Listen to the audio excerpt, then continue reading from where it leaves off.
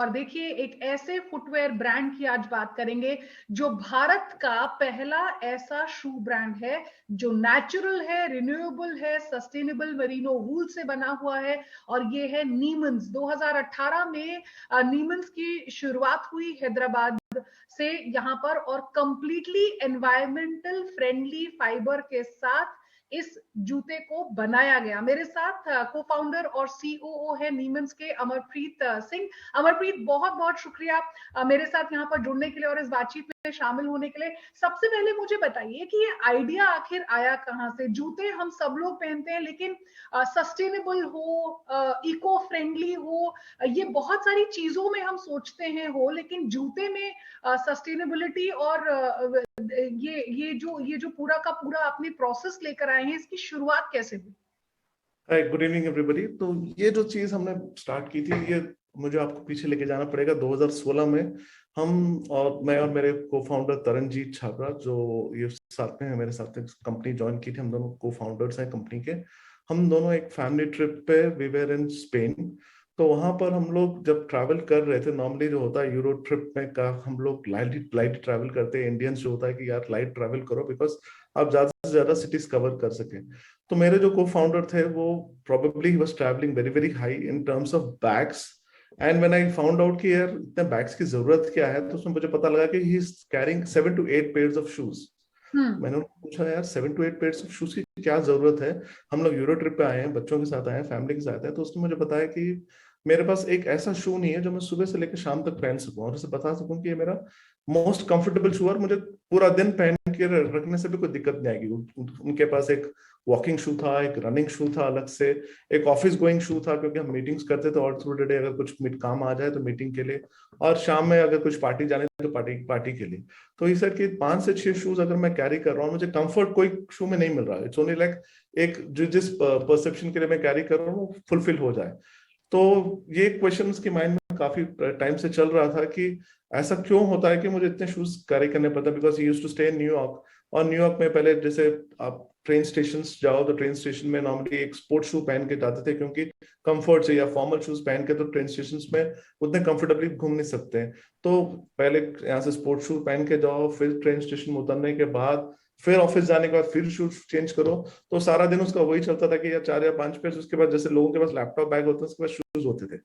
तो euro trip में भी यही दिक्कत देखने के बाद मैंने बोला कि यार ये सही चीज नहीं है। तो ही स्टार्टेड थिंकिंग कि ऐसा क्यों ना हम कोई चीज सोचे जहां पर हमें एक शू मिले तो सारा दिन हम पहन के रह सकें। मतलब एक शू जो हमें right from the start of the day to the end of the day तक ले जा सके। तो जब हमने स्टार्ट किया इस बारे में डिस्कस करना, तो हमें पता लगा कि ये जो इंडस्ट्री है, सारी इंडस्ट्री जो शूज बनाती है, इसमें काफी मटेरियल ऐसा यूज होता है जो एनवायरनमेंट को हार्म करता है। जैसे सिंथेटिक फाइबर्स यूज होते हैं, काफी प्लास्टिक यूज होता है, काफी लेदर जो एनिमल स्किल से जाता है, वो मटेरियल वापस एनवायरनमेंट को हार्म करता है। तो हमने कहा कि हम एंड कंज्यूमर की प्रॉब्लम सॉल्व करने के लिए एनवायरनमेंट को डिस्ट्रक्ट नहीं करेंगे, एनवायरनमेंट में कुछ नुकसान नहीं पहुंचाएंगे। तो ऐसा कुछ करते हैं जो नेचुरल हो। जब हमने नेचुरल स्पेस के बारे में सोचा तो इंडिया में कोई नेचुरल स्पेस के में कर ही नहीं रहा था। तो हमने बोला कि यार हम नेचुरल स्पेस में ही करेंगे। तब हम जब रिसर्च कर रहे थे, हमें पता लगा कि जो मेरिनो वुल है, जो वुल मटेरियल है, वो नेचुरल मटेरियल है क्योंकि वो शीप के हेयर से बनता है। मतलब शीप के वो जो हेयर कट के लिए जाते हैं शीप, उसी हेयर से, वो नेचुरल मटेरियल से एक मेरिनो वुल का एक फाइबर है, उससे आप कंफर्ट दे सकते हैं, नेचुरल स्पेस में भी वेंचर कर सकते हैं। अब वुल, ये था कि वुल तो सीजनल बिजनेस हो गया। वुल तो इची रहेगा लिटिल बिट स्किन के लिए, क्योंकि ट्रेडिशनल जो वुल हम सुनते हैं वो स्वेटर्स में यूज होता है। तो हमने बताया नहीं, ये मेरिनो वुल जो है, बिकॉज जनरेशन से चल रहा है, इसके काफी प्रॉपर्टीज है जो ये कंप्लीटली सॉफ्ट इन नेचर है। मतलब ये एंटी बैक्टीरियल है और ओडर रेसिस्टेंट है, एंड इट कैन बी वोन डायरेक्टली टू द स्किन। तो जब हमें पता लगा कि ये इसके साथ कर सकते हैं, तो 2018 में हमने काफी जिद्दोजहद के साथ इसको लॉन्च किया। बिकॉज हम फुटवेयर स्पेस से नहीं थे, तरन वाज फ्रॉम आईटी स्पेस और मैं एजुकेशन कंसल्टिंग स्पेस से था। तो हमने सारी इंडस्ट्री, सारी मैन्युफैक्चरिंग हब्स को खुद ट्रैवल किया, अंडरस्टैंड किया कि फुटवेयर बनता कैसा है। और एंड कंज्यूमर को हम देना चाहते हैं कि कस्टमर को हम बताना चाहते हैं कि आप कंफर्ट के लिए जो चाह रहे हैं कि सुबह से लेकर शाम तक ऑफिस जाते हैं तो आपको कंफर्ट चाहिए, जैसे आप ट्रेन स्टेशन, मेट्रो स्टेशन पे होते हैं या शॉपिंग के लिए जाते हैं या ट्रैवल करते हैं, तो आपको जूते बार बार बदलने की जरूरत ना पड़े। और स्टाइलिंग, सस्टेनेबिलिटी और जो प्रोडक्ट है वो आपका एंड प्रॉब्लम सॉल्व करे। तो हम एंड प्रॉब्लम सॉल्व कर रहे थे वो है कंफर्ट का। तो उसके साथ में सस्टेनेबिलिटी एक फैक्टर है जो हमारे लिए बहुत इंपॉर्टेंट था, क्योंकि हम आज के जनरेशन के बिजनेसमैन, हम कंज्यूमर की प्रॉब्लम सॉल्व करने के लिए एनवायरनमेंट को हार्म नहीं कर सकते। तो हमने उस यानी कि काफी जूते घिसने पड़े ये जूता बनाने के लिए, मैं इसे इस तरह से देखूंगी। अब देखिए, आप डिसरप्टर है जाहिर तौर पर इस कैटेगरी में। मुझे एक बात बताइए कि पैंडेमिक होने के बावजूद आपका जो बिजनेस है वो 600% तक की ग्रोथ उसमें देखने को मिली। ये कैसे हुआ? आप कंप्लीटली D2C है यहाँ पर, ऑनलाइन ही, यानी कि आप किसी और प्लेटफॉर्म पर मौजूद नहीं थे, आपकी वेबसाइट पर जाकर ही लोग खरीदारी कर रहे थे, तो कैसे पूरी स्ट्रैटेजी बनाई गई? क्या कुछ कहानी है इसके पीछे की? देखिए क्या है, हम लोग जैसे मतलब मैंने बताया कि हम एंड कंज्यूमर की प्रॉब्लम सॉल्व करना चाहते थे, तो हमने पहले सोचा कि हम सबसे डिफिकल्ट राउट चूज करते हैं जहां पर हम अपनी वेबसाइट पे ही बेचेंगे।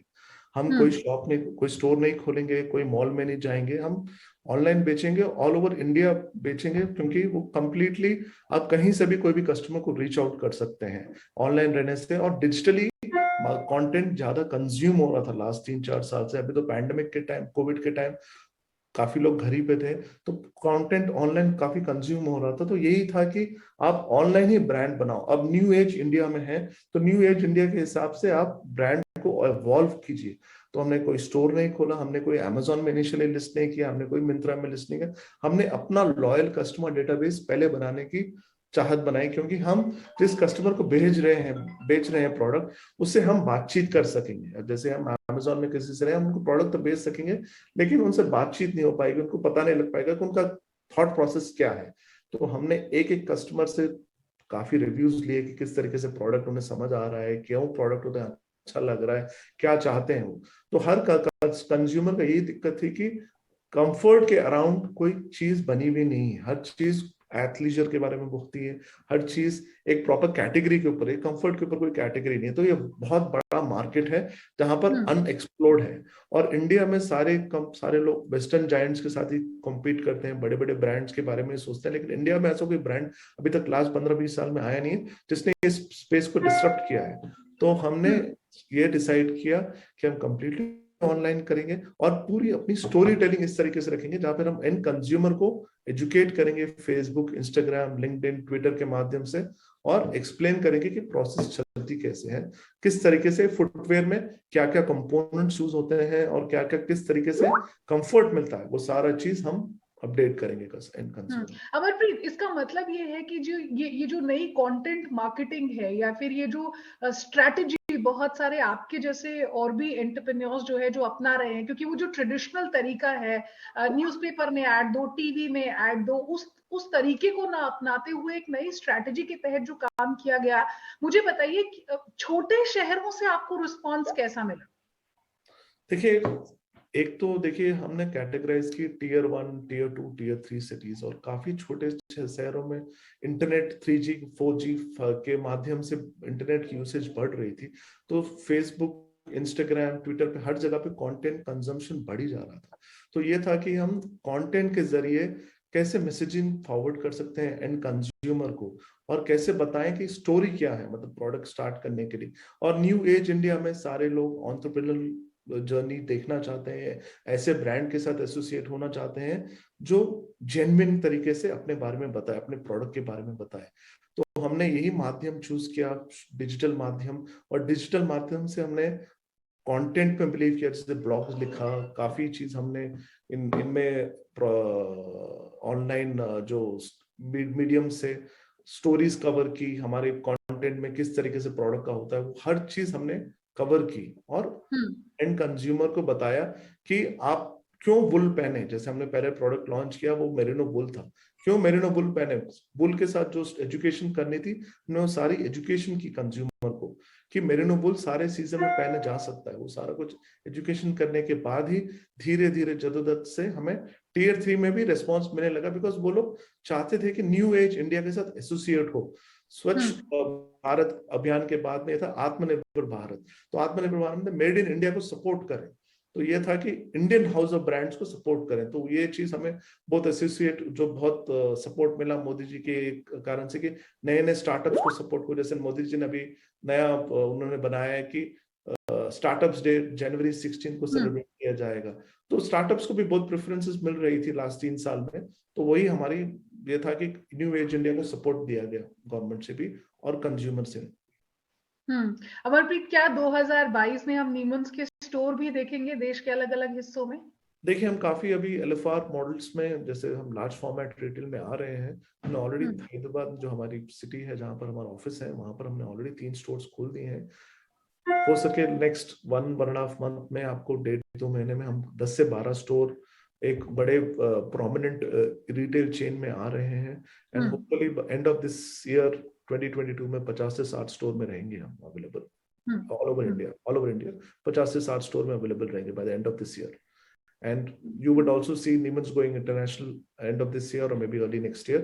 उसी पे काम चल रहा है कि we tell the story international as well.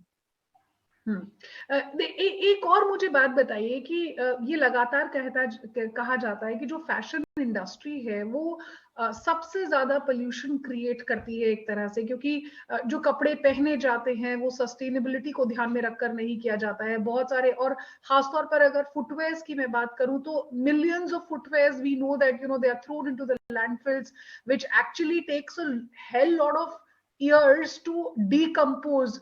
क्या आपको लगता है कि अब वो समय आ गया है जब फैशन इंडस्ट्री को भी एक साथ आने की जरूरत है और सस्टेनेबिलिटी, रिन्यूएबिलिटी, नेचुरल प्रोडक्ट्स का इस्तेमाल, इन सब की जरूरत बहुत बहुत ज्यादा है? 100% ये करना ही होगा, क्योंकि बिकॉज इससे क्या हो रहा है, एनवायरनमेंट काफी हार्म हो रहा है। जिस तरीके से आप देख रहे हैं दिल्ली में पोल्यूशन किस तरीके से बढ़े जा रहा है, एंड दिल्ली में कोविड भी कोई भी केसेस इन जैसे वेदर चेंज होता है तो दिल्ली में बताते हैं कि पोल्यूशन की वजह से भी हो रहा है, या कोविड के केसेस भी बढ़ रहे हैं, पैंडेमिक की वजह से भी हो रहा है। तो इसलिए हम ये चाहते हैं कि हम फास्ट फैशन में बिलीव करना छोड़ दें, हम इको फैशन पर फोकस करें, हम सस्टेनेबिलिटी पे फोकस करें। हम आने वाली पीढ़ियों के लिए आगे उनके लिए दे क्या रहे हैं, बीमारियां दे रहे हैं या कुछ डॉलर्स या कुछ मिलियंस ऑफ रुपीस के प्रोडक्शन के लिए हम अपने आगे वाली पीढ़ी को खराब कर रहे हैं। तो हम यही चाहते हैं कि गवर्नमेंट इस चीज में सपोर्ट करे, ब्रांड्स इस चीज को अंडरस्टैंड करें कि आप टन्स एंड टन्स ऑफ जो प्रोडक्शन करते हैं उसमें कितना वाटर का मिसयूज होता है, कितना वाटर यूज होता है, एंड अल्टीमेटली आपको कार्बन डाइऑक्साइड कितना ये मटेरियल में जाता है वापस एनवायरनमेंट में, कितना जाता है और कितना हार्म करता है अपने एनवायरनमेंट को। तो ये जो मास प्रोडक्शन है उसे रोकना पड़ेगा, कभी ना कभी तो रोकना पड़ेगा। तो उस पे स्टेप्स गवर्नमेंट ले, वो बहुत इंपॉर्टेंट है। गाइड करें ब्रांड्स को कि धीरे धीरे इस चीज से हम इवॉल्व हों और आगे की तरफ सोचें, ये बहुत इंपॉर्टेंट है। बिल्कुल। और जाते जाते हम अपने दर्शकों को ये भी बता दें कि भारत जो है वो सेकंड लार्जेस्ट फुटवेयर प्रोड्यूसर है दुनिया में। ये भी जानना बहुत जरूरी है। बहुत बहुत शुक्रिया अमरप्रीत आपका मेरे साथ यहाँ पर जुड़ने के लिए और इस बातचीत में शामिल होने के लिए। Thanks a lot.